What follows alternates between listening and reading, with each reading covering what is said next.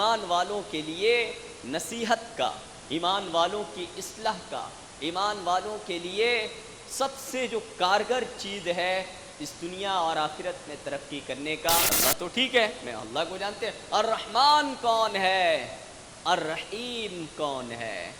ان کو الرحمن کے نام سے بڑا چڑ تھا، اور بلکہ یہ ایلیگیشن لگاتے تھے ہمارے نبی علیہ السلام پر، رحمان نامی یمامہ کا کوئی آدمی ہے جس سے نبی علیہ السلام نے یہ قرآن سیکھ کر اور ہمیں آ کر کہتے ہیں کہ اللہ رب العزت نے کیا کیا ہے، اللہ رب العزت نے ان پر کلام مجید کو نازل کیا۔ یہ جھوٹ بولتے ہیں نعوذ۔ اللہ کے پاس مکمل سمجھانے کے لیے 100 رحمتیں ہیں، رحمت کا ایک حصہ اپنے بندے پر زمین پر اتارا تو اس کا اثر یہ ہے۔ مفتی خورشید اسعودی کے بیانات کے لیے مفتی صاحب کے آفیشیل چینل مفتی خورشید اسعودی کو سبسکرائب کریں۔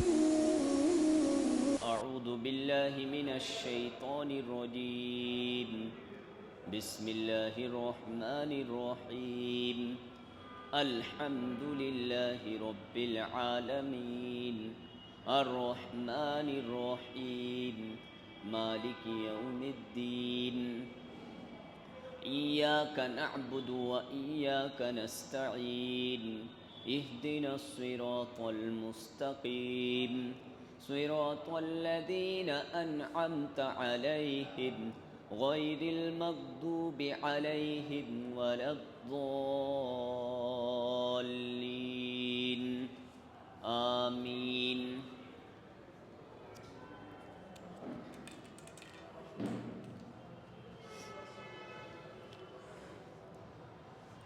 اللہ رب العزت نے اپنے کلام مجید میں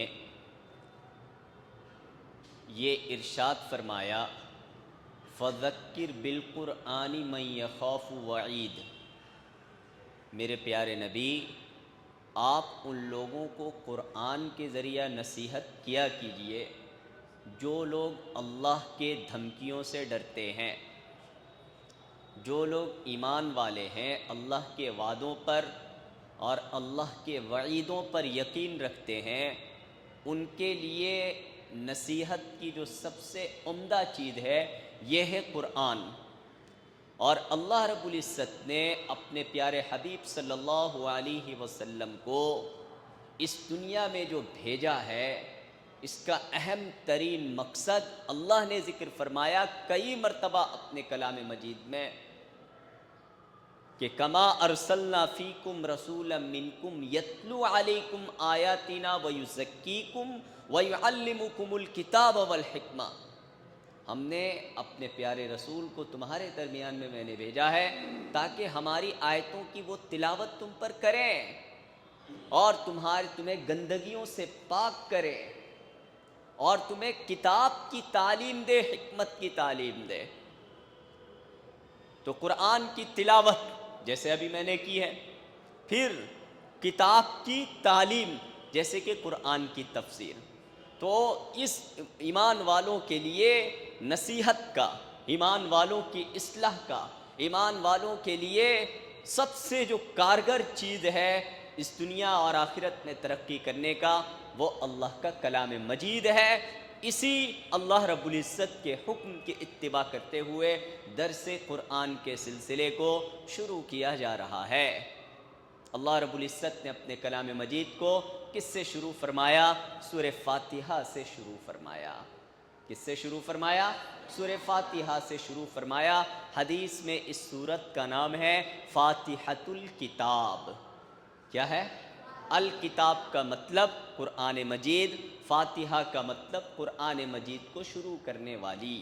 یعنی جب بھی ہم اللہ کے کلام کو کھولتے ہیں تو سب سے پہلے ہمارے نظروں میں کیا آتا ہے؟ یہ سورہ فاتحہ آتا ہے۔ اسی طرح نماز میں قرآن پڑھنا فرض ہے کہ نہیں؟ مگر نماز میں کیا کوئی نماز سورہ فاتحہ کے بغیر ہوگی؟ کوئی نماز سورہ فاتحہ کے بغیر نہیں ہوتی ہے۔ بات سمجھے؟ تو سورہ فاتحہ کے تعلق سے اللہ کے رسول علیہ السلام نے فرمایا کہ اللہ رب العزت نے سورہ فاتحہ جیسی کوئی سورت نہ توریت میں نازل کی، نہ انجیل میں نازل کی، نہ زبور میں، یہاں تک کہ خود قرآن مجید میں اللہ نے ان جیسی صورت کو نازل نہیں فرمائی. اور پھر اللہ نے ارشاد فرمایا وَلَقَدْ آتَيْنَاكَ سَبْعًا مِّنَ الْمَثَانِي وَالْقُرْآنَ الْعَظِيمِ.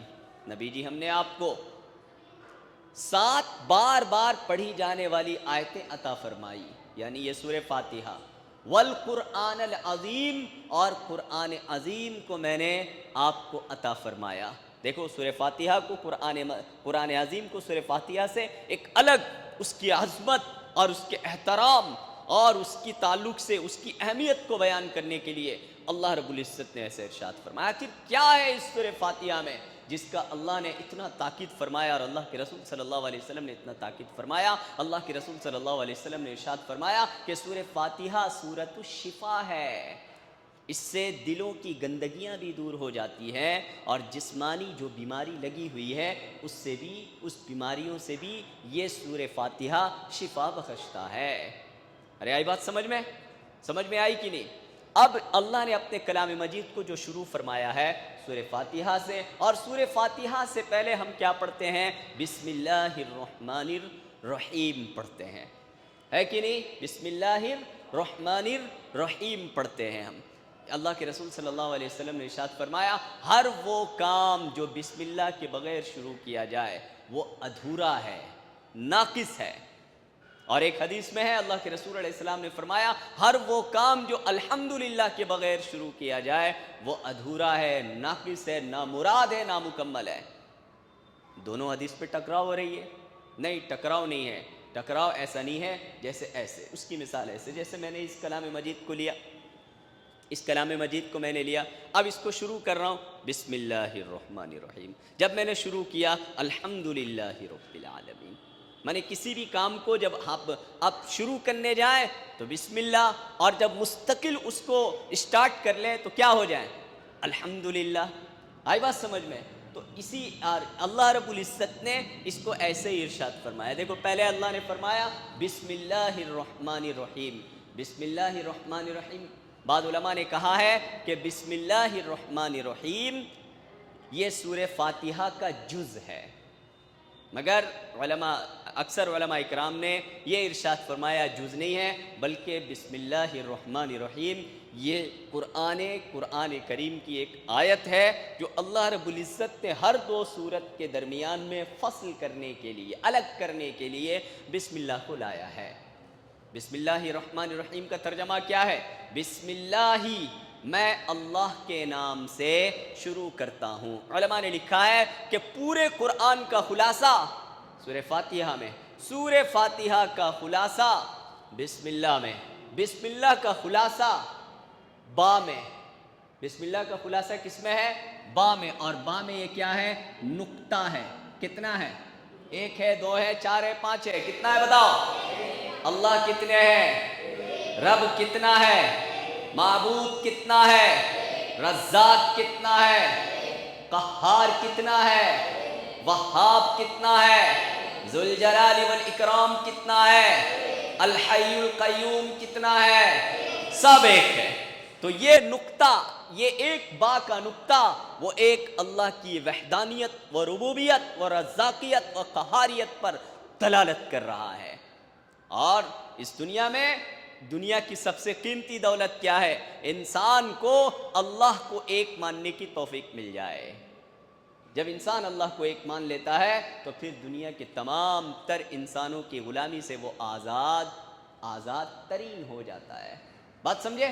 تو بسم اللہ الرحمن الرحیم کا ترجمہ ہے میں اللہ کے نام سے شروع کر رہا ہوں جو بے انتہا مہربان نہایت رحم کرنے والا ہے. کیا فرمایا اللہ رب العزت نے؟ بسم اللہ الرحمن الرحیم، اللہ کے نام سے میں شروع کرتا ہوں. یہ قرآن جس علاقے میں نازل ہوا سب سے پہلا وہ کون سا علاقہ تھا؟ وہ مکہ تھا. کس پر نازل ہوا؟ ہمارے پیارے رسول صلی اللہ علیہ وسلم کے اوپر نازل ہوا. آپ مکی تھے، مکہ کے رہنے والے تھے، مگر جب یہ قرآن نازل ہوا تو قرآن کے نازل ہونے سے پہلے بھی وہ لوگ اللہ کو مانتے تھے. تو کسی بھی کام کو جب وہ شروع کرتے تھے وہ یوں کرتے تھے بسمک اللہم، بسمہ تعالی.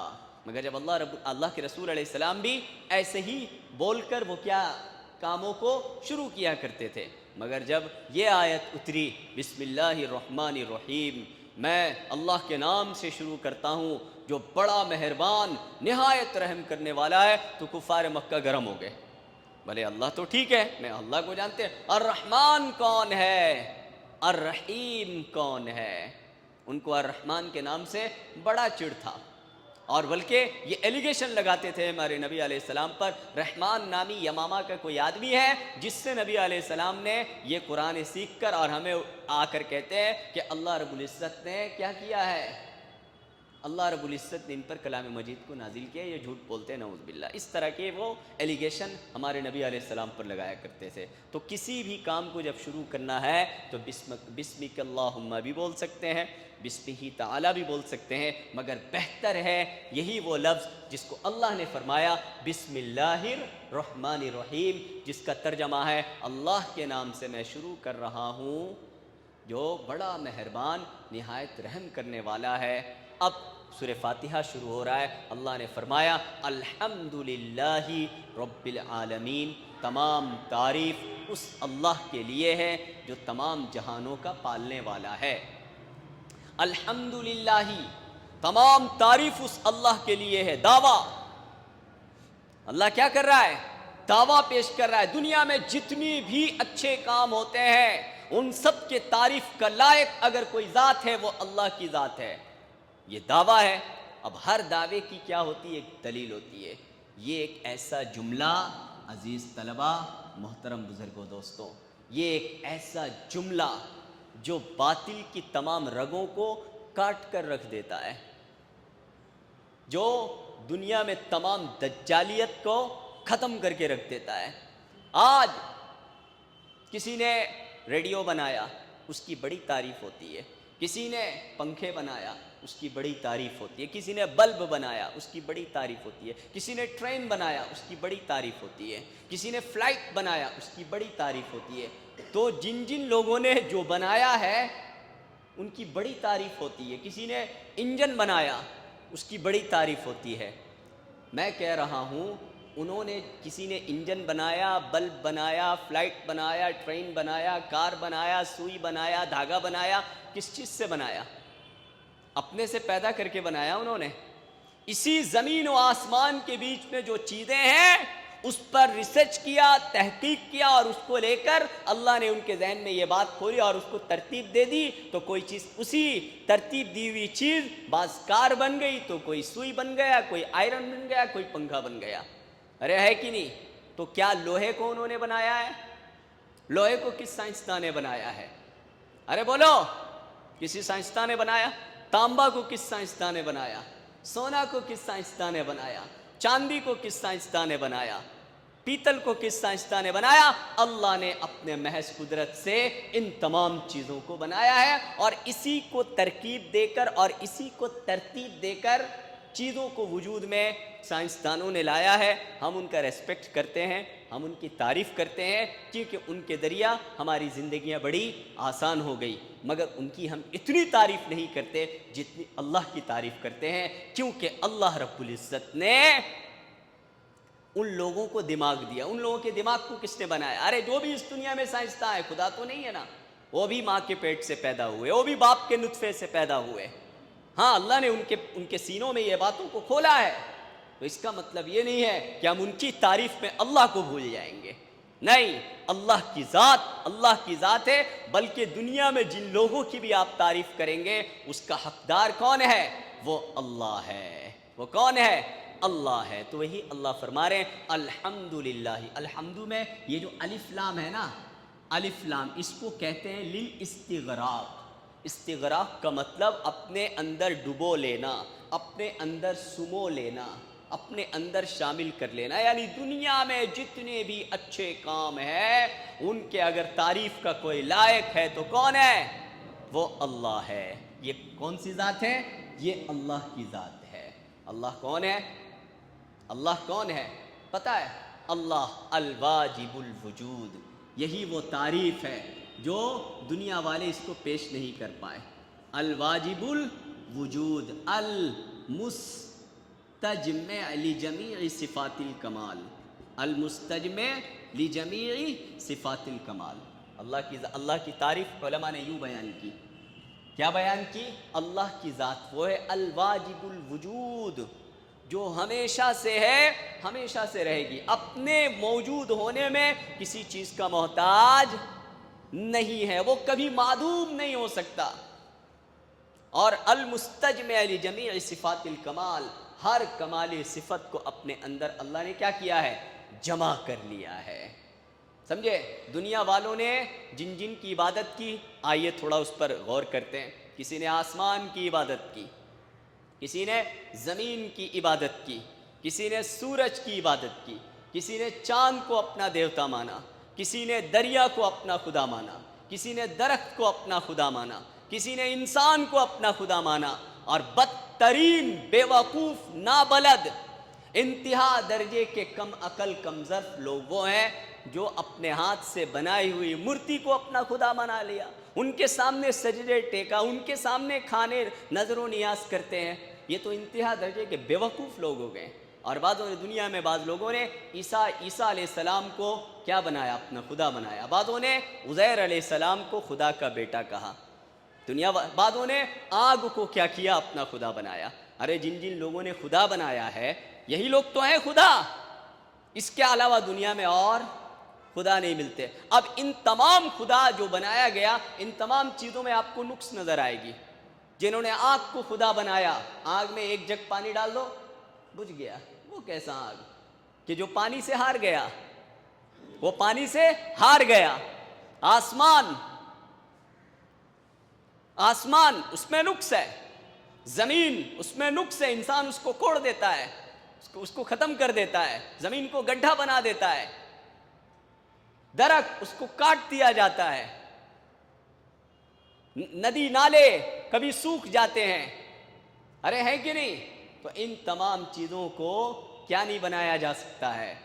خدا، کیونکہ ان تمام چیزوں میں نقص ہے. عیسیٰ علیہ السلام کو جنہوں نے خدا بنایا، کیا عیسیٰ علیہ السلام کھانا نہیں کھاتے تھے؟ قرآن میں اللہ نے کہا کانا یاکلان الطعام، وہ دونوں کے دونوں کھانا کھاتے تھے. کون؟ حضرت مریم بھی، جو ان کی والدہ تھی، وہ بھی کھانا کھاتی تھی، اور عیسیٰ علیہ السلام بھی کھانا کھاتے تھے. وہ کیسا خدا جو کھانے کا محتاج ہو، جو پینے کا محتاج ہو، جو پہننے اوڑھنے کا محتاج ہو، جو زندگی گزارنے کے لیے سانس لینے کا محتاج ہو، جو دیکھنے کے لیے آنکھ کا محتاج ہو، کام کرنے کے لیے ہاتھ کا محتاج ہو، چلنے کے لیے پاؤں کا محتاج ہو. محتاجی ہے ہی نہیں، عیب ہے ہی نہیں. اس ذات کو کہا جاتا ہے اللہ. آئی بات سمجھ میں؟ اس ذات کو کہا جاتا ہے اللہ. وہی اللہ فرما رہے ہیں الحمدللہ، تمام تعریف اس اللہ کے لیے ہے، رب العالمین، جو تمام جہانوں کا رب ہے. کون ہے؟ رب. رب کس کو کہتے ہیں معلوم؟ عربی میں ہم لوگ اس کو کہتے ہیں، اردو میں کہتے ہیں پرورش کرنے والا، پالن ہار، پروردگار. اس کو فارسی میں کہا جاتا ہے پروردگار، پرورش کرنے والا. آپ کی والدہ نے آپ کو پرورش کیا. ارے کیا کہ نہیں؟ جب آپ چھوٹے تھے بالکل محتاج تھے ہر چیز کے، آپ کی والدہ نے آپ کو کیا کیا ہے؟ پرورش کیا ہے. کیا آپ کی جو پرورش کی ہے آپ کی والدہ نے، آپ کو کیسے پرورش کرنا ہے یہ جانے بغیر کر دی؟ نہیں نا، وہ جان رہی تھی. اللہ نے اس کو سکھایا کہ میں نے ان کو ایک بچہ دیا ہے، اس بچے کو کیسے پرورش کرنا ہے وہ جان رہی تھی. اور جو ہے اس کے تعلق سے اس کو علم تھا پرورش کرنے کا، کب کیا دینا ہے، کب کھانا دینا ہے. کیا آپ 1 سال کے جب بچے تھے اور دودھ جب پی رہے تھے، آپ کی والدہ نے آپ کو آئس کریم کھلایا ہے، یا لڈو کھلاتی تھی، یا گوشت کھلاتی تھی؟ نہیں، کیونکہ آپ کی والدہ کو پتہ ہے بچہ ابھی لڈو اور دودھ تو یہ کی بات، وہ تو نارمل سے چاول بھی نہیں کھا سکتا ہے. تو اب اللہ فرما رہے رب العالمین، تمام جہانوں کا پالنے والا ہے. یہ دعویٰ ہے. یہ کیا ہے؟ یہ دعویٰ ہے. یہ اللہ نے دعویٰ کیا. دنیا میں اگر کوئی بھی اچھی کام ہو رہی تو اس کے تعریف کا لائق کون ہوں؟ میں ہوں. اور یہ اس کی دلیل ہے. یہ اس کی کیا ہے؟ دلیل ہے. اس لیے کہ تمام جہانوں کا کون پال رہا ہے؟ تمام جہانوں کو کون پال رہا ہے؟ اللہ پال رہا ہے. اللہ کیسے پال رہا ہے پتہ ہے؟ اللہ کیسے پال رہا ہے پتہ ہے؟ اس سے پہلے بھی بتایا تھا میں، آج بھی بتا رہا ہوں، آنکھیں بند کرو، آنکھیں بند کرو، سوچو ایک بکری جو ابھی پیدا ہوئی، بالکل چھوٹی سی ننھی سی، اور وہ اٹھنے کے قابل نہیں، اس کی ماں نے اس کو زبان سے چاٹ کر اس کے جسم کو تناور کیا ہے، وہ بکری نظر آ رہی ہے، پھر وہ بکری ہلکی ہلکی اٹھ رہی ہے، پھر وہ چارہ کھا رہی ہے، پھر وہ بکری آہستہ آہستہ بڑھ رہی ہے، پھر وہ دوڑ رہی ہے، ٹھیک ہے؟ آنکھیں کھول دو، بکری کہاں؟ ابھی آپ کے دماغ کے سامنے بکری تھی جو پیدا ہوئی، گھاس کھا رہی تھی، لڑکھڑا رہی تھی، پھر وہ چلنے لگی، بکری آپ کے ذہن سے آپ نے سوچنا چھوڑ دیا بکری کو، بکری کیا ہو گئی؟ بکری کو آپ اپنے ذہن میں پال رہے تھے، جب پالنا چھوڑ دیا، سوچنا چھوڑ دیا، تو بکری بھی آپ کے ذہن سے غائب ہو گئی۔ میرا رب مجھے ایسے ہی پال رہا ہے، وہ دیکھ رہا ہے، وہ جان رہا ہے، وہ سب کچھ سمجھ رہا ہے، وہ میرے ضرورتوں کو پورا کر رہا ہے، رب اس کو کہتے ہیں، سمجھے؟ الحمدللہ رب العالمین، تمام تعریف اس اللہ کے لیے ہے جو تمام جہانوں کا پالنے والا ہے۔ اچھا یہ بتاؤ کہ اللہ رب العزت جو تمام جہانوں کو جو پال رہے ہیں، وہ کیوں پال رہے ہیں؟ کیوں پال رہے ہیں؟ وجہ کیا ہے؟ اس کی وجہ اللہ رب العزت نے دوسری آیت میں ارشاد فرمایا، الرحمن، اللہ نے تمام جہانوں کو جو پال رہے ہیں وہ صرف اور صرف اپنی رحمانی صفت کی وجہ سے۔ رحمان کس کو کہتے ہیں؟ رحمان میں ابال ہے، ایسا جوش، ایسی محبت جو اس دنیا میں 70 ماؤں کی محبت کو ملا دیا جائے، اماں حوا سے لے کر قیامت تک پیدا ہونے والی عورت، ماں بننے والی عورت کے محبتوں کو ایک پلڑے میں رکھ دیا جائے، اور اس رحمان میں جو محبت چھپا ہوا ہے، جو میرے رب کی جو محبت ہے، اس پلڑے میں اس کو رکھ دیا جائے، تو ان تمام مامتاؤں کی محبت پھیکی پڑ جائے گی اس رحمان کے محبت کے آگے۔ اس کو، یہ تو مثال دینے کے لیے میں نے سمجھایا ہے، اس کو کہا جاتا ہے رحمان، ابال۔ آپ سمندر کے ساحل میں آپ جب ہوں گے تو پانی میں آپ ابال دیکھیں گے، جب سیلاب آتا ہے تو پانی میں آپ کیا دیکھتے ہیں؟ اچھال دیکھتے ہیں، ایسا لگتا ہے کہ یہ پانی اپنے اندر گھر کو بھی سمیٹ لے گا، انسان کو بھی سمیٹ لے گا۔ اللہ کی رحمت تو یہی ہے، ان رحمتی وسعت کل شیء، میری رحمت ہر چیز پر وسیع ہے۔ اور لیکن بعض چیزیں ایسی ہوتی ہیں کہ بہت زیادہ جوش میں ہوا اور پھر ٹھنڈا ہو گیا، ہے کہ نہیں؟ کوئی بھی اچھا نہیں ہے۔ تو اسی لیے اللہ رب العزت نے اپنی دوسری صفت کا تذکرہ فرمایا۔ اللہ صرف رحمان نہیں ہے، صرف اس کے محبت میں ابال نہیں ہے، بلکہ اس کے محبت میں کیا ہے؟ سیلان ہے۔ کیا ہے اس کے محبت میں؟ یعنی برقرار رہتا ہے، باقی رہتا ہے۔ اس کے محبت، اللہ کی محبت باقی رہتی ہے، اللہ کی محبت برقرار رہتی ہے۔ آئی بات سمجھ میں؟ تو اللہ رب العزت اسی دو رحمتوں کے بنا پر مجھے بھی پال رہے ہیں، آپ کو بھی پال رہے ہیں، میرے ماں باپ کو بھی پال رہے ہیں، مجھ سے پہلے انسانوں کو بھی اللہ نے پالا ہے، میرے بعد انسانوں کو بھی اللہ نے پالا ہے۔ اللہ کو نہ میری ضرورت، نہ آپ کی ضرورت، نہ کسی انسان کی ضرورت، نہ مسلمان کی ضرورت، نہ کسی ہندو کی ضرورت، نہ کسی عیسائی اور پادری کی ضرورت۔ اللہ تو محض اپنی رحمت سے، اپنی محبت سے، اپنی شفقت سے۔ رحمت کیا ہے؟ اس کی مثال ایک دیکھو، اللہ کی رحمت کیا ہے؟ اللہ کے رسول علیہ السلام نے ارشاد فرمایا، کیا فرمایا؟ کہ اللہ کے پاس مکمل سمجھانے کے لیے 100 رحمتیں ہیں۔ رحمت کا ایک حصہ اپنے بندے پر زمین پر اتارا تو اس کا اثر یہ ہے کہ ایک جنگل کا وحشی جانور بھی اپنے بچے پر رحم کرتا ہے، ایک گھوڑی بھی اپنے بچے پر مہربان ہے۔ یہ دنیا کس سے چل رہی ہے؟ محبتوں سے چل رہی ہے بھائی۔ آپ کو پیدا کرنے کے لیے، آپ کو پرورش کرنے کے لیے، آپ کو تعلیم دلانے کے لیے آپ کے ماں باپ پر کسی نے پریشر دیا تھا؟ تم کو ایک بچے کو جنم دینے ہوگا، کسی نے پریشر نہیں دیا تھا، لیکن آپ کے ماں باپ نے آپ کو محض کیا کیا ہے؟ اپنی محبت سے، رحمت سے